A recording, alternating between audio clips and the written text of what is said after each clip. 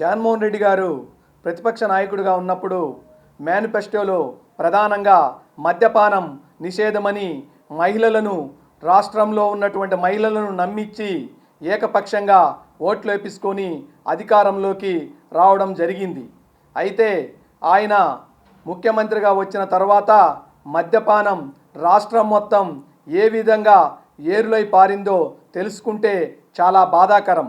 ఎందుకు అంటే ఆయన చంద్రబాబు నాయుడు గారు ఉన్నప్పుడు మద్యంలో ఉన్నటువంటి ఒరిజినల్ బ్రాండ్లను అమ్మి కొద్దో గొప్ప ప్రజల ఆరోగ్యాలు చెడిపోకుండా చూశాడు.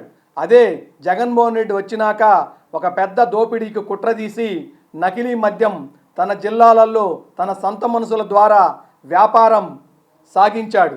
తన సొంత బ్రాండ్లను తయారు చేయించి ప్రభుత్వం మద్యం దుకాణాలకు తెరలేపి ఆ మద్యం షాపులలో తయారు చేసినటువంటి మద్యాన్ని నమ్మి రోజుకు దాదాపుగా 100 కోట్లకు అవినీతికి పాల్పడ్డ తర్వాత ఆ రోజువారీగా తాగేటువంటి 33 లక్షల మంది ఉంటే వాళ్ళంతా పేదవాళ్ళు. ఎందుకు అంటే 150 రూపాయలు 200 రూపాయలు క్వార్టర్లు తాగేవాళ్ళు.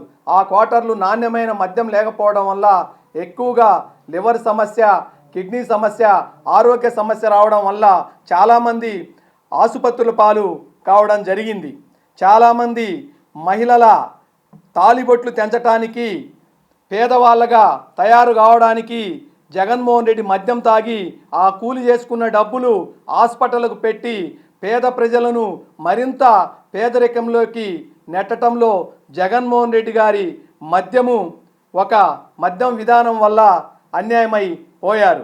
అందుకనే చంద్రబాబు నాయుడు గారు ఖచ్చితంగా ఈ రాష్ట్రానికి ముఖ్యమంత్రి అయితేనే మహిళల జీవితాలు బాగుపడతాయి, మద్యపానం నిషేధం అని చెప్పడు. కానీ మద్యం ఏరులై పారకుండా బెల్ట్ షాపులు లేకుండా జగన్మోహన్ రెడ్డి బెల్ట్ షాపులు ఎప్పుడు కావాలనుకుంటే హోల్సేల్గా ఎలా దొరుకుతున్నాయో అలా కాకుండా చంద్రబాబు నాయుడు గారు ఆ విధంగా అయితే నియంత్రణ చేయగలడని చెబుతున్నా.